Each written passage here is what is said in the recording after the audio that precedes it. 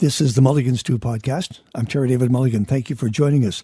We're hoping that some of you are so giddy and delirious upon discovering this podcast that you will subscribe on Google Play, Spotify, or Apple Podcasts. Here's the Boffo show for this week. Gerry Dee. Gerry became the first Canadian in 27 years to win the prestigious San Francisco International Comedy Competition and was a finalist on NBC's Last Comic Standing, the highest finish by a Canadian in the program's history. And he's been on the air in Canada on Canadian television for 8 years, playing a teacher, which is what he was. He's a stand-up comedian, he's a sitcom star, he's a book author, and he's come all the way back to being a stand-up comedian. The last episode of Mr. D ran December the 19th.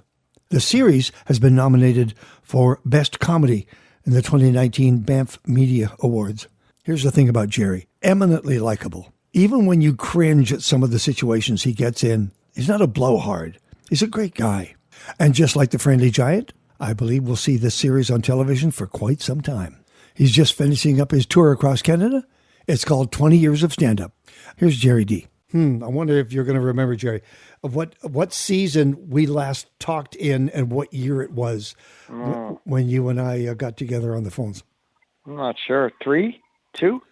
I was astonished when I went back in my archives and found out it was season 2 and it was 2012.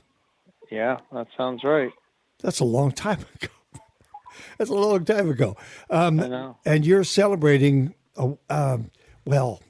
you're giving a big hug and a kiss off to your series that ran for, I think, if I counted them up, something like 88 episodes. Yeah, 8 seasons and 80. You're right, 88 episodes. At what point did you say, okay, I think we've seen the light at the end of this tunnel? I think, season 7 had aired, and then, you talked to the network, and I could kind of feel towards season 7, we were, as writers, we were maybe, having more trouble thinking of stories.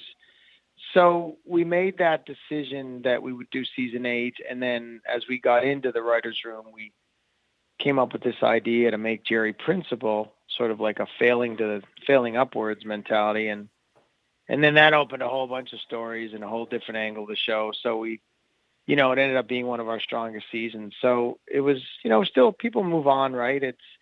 We had a writer that got hired in LA, or an actor that got hired as a writer in LA. So he would have been gone. We had another actor got his own show. He would have been gone. My family had grown up. We film in Halifax. So my kids were getting older and, they weren't having much of a summer in Toronto. And it was just a culmination of things, but mostly it was about the creative, just kind of maybe thinking that, it's time to go out on a high, so to speak. What Canadian television series do you think has the most episodes of any episodic television series in the world? Comedy or anything? Anything. Well, my first thought is something like Beachcombers or Degrassi, Littlest Hobo, something in there maybe. Think when you were younger. Even younger. Oh, Friendly Giant? Friendly Giant. Friendly Giant. It was like 17 years or 20 years. It was ridiculous amount of time. That's what we grew up on. That's amazing. Did you watch SCTV? That original loved it. out of Edmonton? Yeah, that was my favorite. That was my favorite thing ever. I think John Candy was my favorite. Just that whole gang was, we don't make stuff like that anymore. It was special. They were doing this in the middle of winter, of course, in Edmonton, and it was cold out there, so they just stayed in the studio. Did you hear about the pirate ship episode? No, what was that? Candy had written a pirate ship scene, and they were all pirates on a ship that was constructed in the studios. They had to be swigging whiskey in order to do this scene that was part of the props, except John went to the Four Seasons and pulled in some bourbon and whiskey. But then about halfway through shooting the scene, they started the ship rolling in the studio. They put it on a gurney. Oh, God. And they all ended up heaving over the side of the ship. Oh, gosh, that's funny. I don't think the scene was ever, I don't know if the scene ever got used. That'd be funny to find that. Anyway, you loved SCTV. You just loved that absurdist humor? Yeah, I loved it. Loved it. Hollywood Squares. I remember when they did that Hollywood Squares parody. It was great. Totally. And they love those characters. So for you, how do you define where you fit in the comedic world? Your sense of what's funny. Well, I think it's funny what's funny to me. Whatever I kind of live. I mean, some people talk about a bunch of things. I just talk about my life, my world. It's really the only way I write. Sure. So, I don't force it. I kind of take notes on my phone if something funny happens, but pretty mainstream style. And, I rely probably more on my delivery. Your delivery is everything. As a matter of fact, you're part of the Jack Benny School of Comedy. That is, but no, because Benny, as you well know, when somebody delivered a line to him, he just looked at the audience. And for you, it's the space you play between the setup and the punchline. I love that. For example, yeah, well, thanks. For example, the lesbian scene with the kids in class. Yeah. That. Yeah. Well, that clip really, that clip really took off. That was our first taste as a show of sort of international recognition. It was kind of, traveling around the world. It was getting 50 million views here, 50 million there, 100 million there on all these sites. And 50 Cent tweeted or Instagrammed it. Chad Ochocinco from football was tweeting it. It was just a weird thing that clip took off the way it did. Because we have a lot of funny clips, but that one's still going around like crazy. And there was a bit of improv on that one. And, of course, the kids made it. They were great. And, it was a fun that was a fun clip. We didn't expect that. Remember we talked about word families. I know you love that. So we're going to start with words that end in A-N. You yell out a word, I'll write it down. Let's see how many we can get. Go! Fan! Fan! There's a good one. Man! Man, that's another one. Lesbian! Words that end in A-N. Anyone, words ending in A-N. Lesbian! Okay, I heard pan. Good. No, Faith said lesbian. All right, no big deal. Faith said lesbian. Hold on. Good, we'll write that down. Just a word, not a big deal, but we'll move on. We'll get some other ones. What is a lesbian, sir? What's your word? How do you... All right. If you liked another girl, that could be... I like Olivia. Am I a lesbian? Well, if you like Olivia, you could be, sure. I like Olivia. I love Olivia. I like Olivia too. Am I a lesbian? No, it doesn't work that way, Philip. You can never be a lesbian. No fair. I want to be a lesbian. Me too. We can all be lesbians. Okay, let's just move on. Let's try words that end in O-N. Prostitution. What did you say? Prostitution. What is prostitution? What is prostitution? Let's say prostitution is when you work in the street and you get paid. I want to do prostitution. No. All right. Moving on to words that end in R-E, but let me just have a second here to think if nothing, there can't be. So shout out words that end in R-E. Crack whore. What was the instruction to the kids? The main girl's my daughter, so I wasn't worried about, her. But the other two kids, I mean, it's funny because we added the word prostitution and crack whore on the day, and we I don't even know if we went up to the parents and said, "Is it okay if we do?" We just did it. But the parents by then knew us really well. Yeah. And if you look at that clip from the TV behind the scenes when you hear my daughter say crack whore, we don't have her on camera because we had already turned the cameras around. Yeah. And then one of the writers came up and thought of this idea, words that end in R-E, crack whore. So the director said, well, I can't turn the cameras back around. I said, don't worry, just wild line it and we'll use it. And that's what we did. Did it really take 10 years to get Mr. D onto television? No, I don't know where you heard that. No, it was... well, you had two pilots, right? Yeah, it was 2007 when with Mike, my partner, we kind of pitched it, and then we went to CBC. That network team at the time passed. Then I had a bit of a run on Last Comic Standing, so there was a bit of, I guess, heat, as we say, or Yep. So then I went to, I think we'd gone to another network, and then they had passed, and then we went back to CBC and different people, and it all just worked out. And I mean, all these people have changed in all the networks since then. But we did a pilot. I mean, it was Mike and I weren't really involved in it, in the writing of it, and it just for whatever reason didn't work. And they said, let's try another pilot, completely different, and then that one got green lit. But it was all after a few, even the second pilot, they passed on it before even shooting it. And then we I don't know, just a lot of people at CBC that really kept pushing for it and believed in it, that kind of kept it alive. And that's kind of what every season was like that for a while, where it was touch and go. Sure. And the reason why I asked that question, Gerry, is because there's people out there who think I can do that. I can do it. Yeah. Do it, Well, you can do it. And I never, I was a teacher, right? I had no business being in this. Like I was a teacher, I started stand-up. The stand-up obviously helped. Sure. But I didn't come from an acting background. I didn't have a degree in acting. My parents weren't actors. I had nothing, right? It was so, yeah, I mean, I'm a great example that a lot of people told me that, right? It's impossible. Don't waste your time. You're too old, blah, blah, blah, blah, blah, blah. And I just, it's all about believing that you've got something. So, but it's not easy, like you're saying. It's not, people send me pitch ideas like, hey, I have a great idea for a show. I'm like, do you know how hard? Like they get 100 a week. Yeah.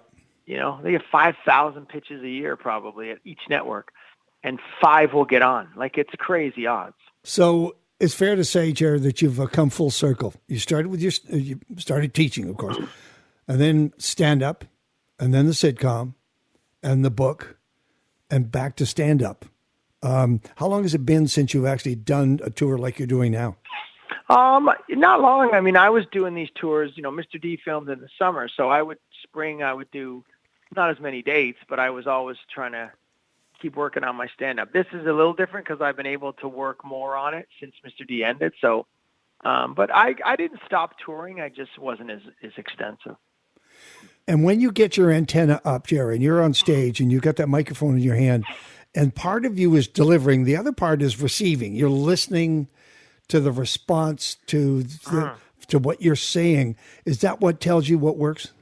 Yes, and it tells you if you should try to stretch the bit longer. If like if I'm trying a new bit, and that's where I get some of my greatest bits, is I'll write a bit in my head or on paper, or I'll verbalize it to myself, and then I'll get on stage and the bit was doing well, and I'm like, I'm going to take a chance here and add a tag. Oh, that worked too. I'm going to add another tag. Okay, that one didn't work. Should have stopped one tag earlier.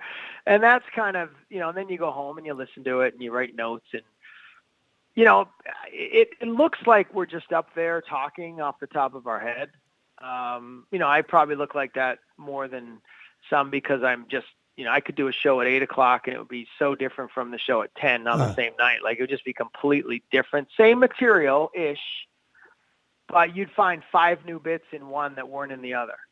And I might have talked to the crowd one, not the other. Like, so it looks, but we've kind of, I do that a lot, but any comedian, it looks like it's just off the top of their head. But we've studied what we said and planned accordingly. And, some are very meticulous about their wording. I'm not, right? I'm more loose. I think of the idea, and then I just want to talk about it like it's very natural. I saw some original notes from Seinfeld, and he was writing on foolscap. It was astonishing. It was like only he could have read what was on the page. It was yeah. Now, and I by relation here, I saw somewhere a note that said, I think it was a quote from you saying, the scene, the bear licked the honey. It took you, that took some 6 years to actually take form and shape. Yeah. Grade 6 was my worst year. I couldn't read very well. They made you read out loud. Remember this crap? Get rid of this reading out loud in schools. Nobody was ever listening to the kid that was reading.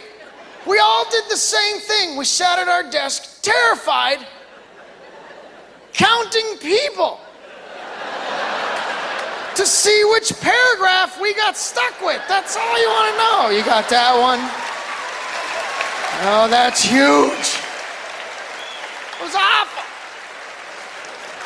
You always had that one kid, didn't matter how bad I was, there's always that one kid in every grade 6 class that was 7 reading years behind everybody. Remember this kid?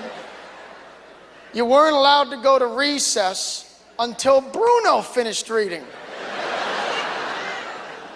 My life was recess as a boy in grade 6. I was the first kid to the door lined up. I stood like this, just stood there. Just stood there, and your buddies are behind you like, go get the field. And you're thinking, no kidding, idiot. Why do you think I'm in my fast position? That's how exciting it was. We couldn't go one day because Bruno couldn't read. And then the bear licked the honey. And then the BR. That doesn't sound right. And he'd say the same word over and over again, the exact same way. That's when I'd get frustrated because it's like he's not even trying. Like-a-da, like-a-da. Can't get this. The BR, like-a-da. Sometimes he'd shut his eyes like he was thinking harder. Like-a-da. No, still not like-a-da. Now you're not looking. To make matters worse, he was the only kid in the class that didn't follow the paragraph with his finger. So he'd lose his place. So he'd finally finish reading it, and then he'd read it again. But he'd read it like 2 different things happened. I had no idea what was going on. And then the BR, like-a-do the honey.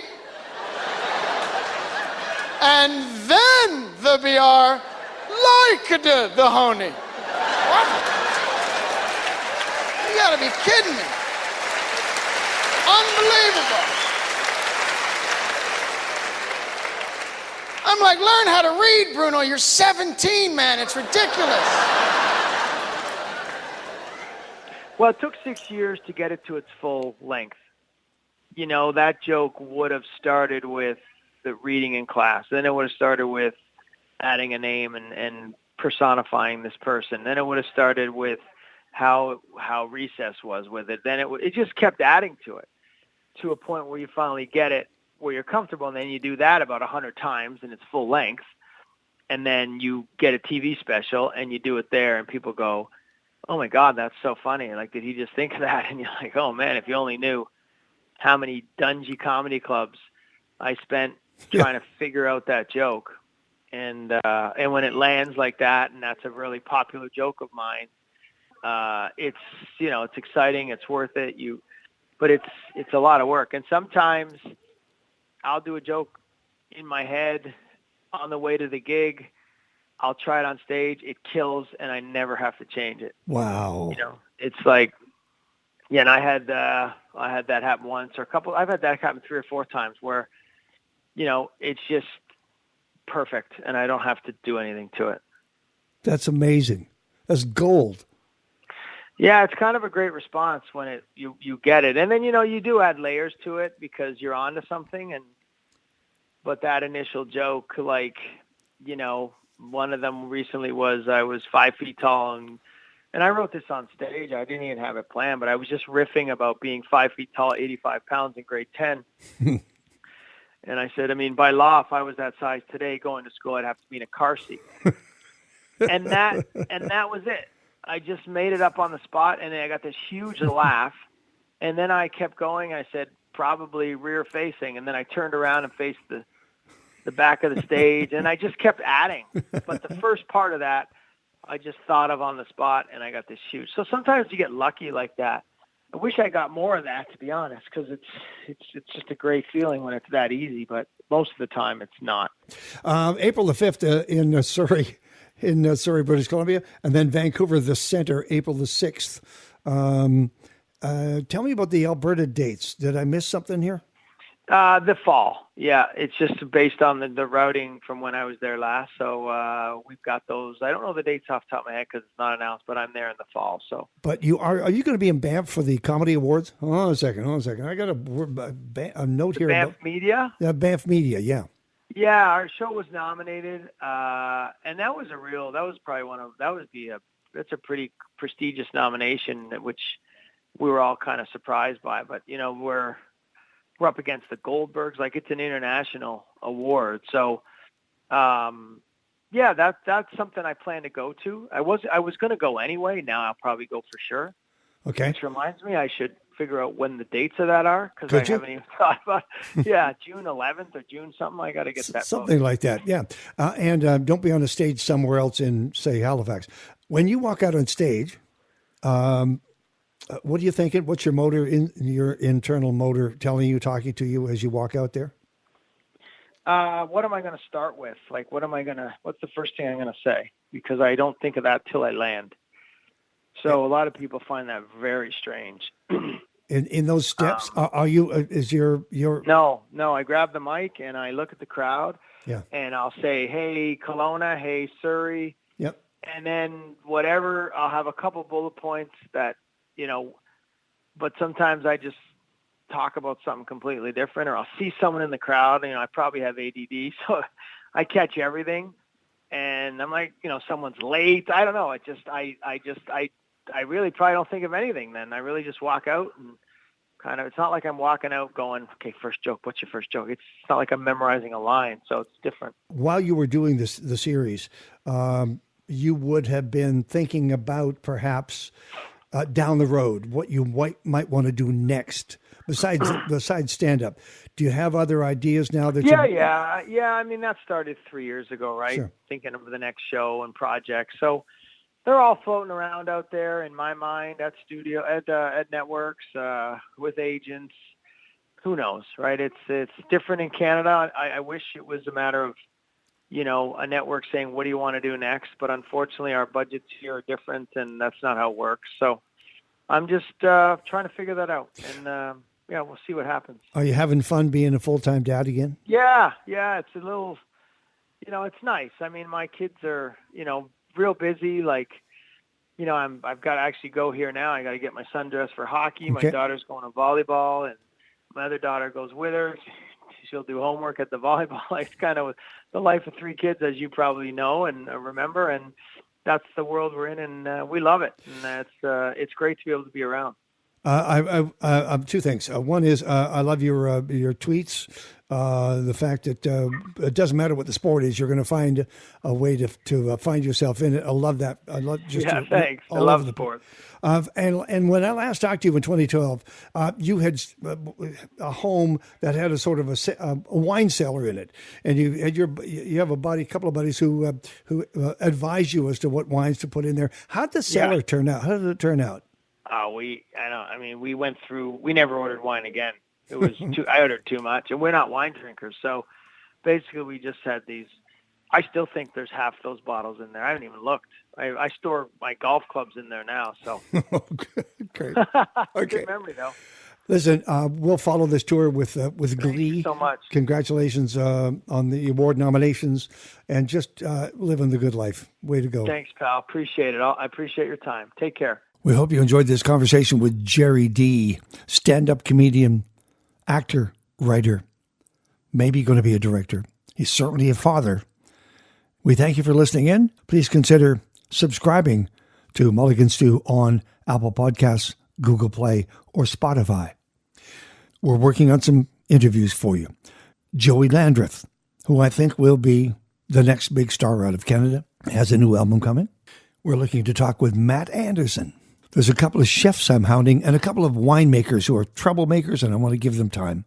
You can find all the details for this show at mulliganstew.ca. You'll also find Mulligan Stew Radio and a food and wine show called Tasting Room Radio. Check us out, mulliganstew.ca. Thank you for joining us.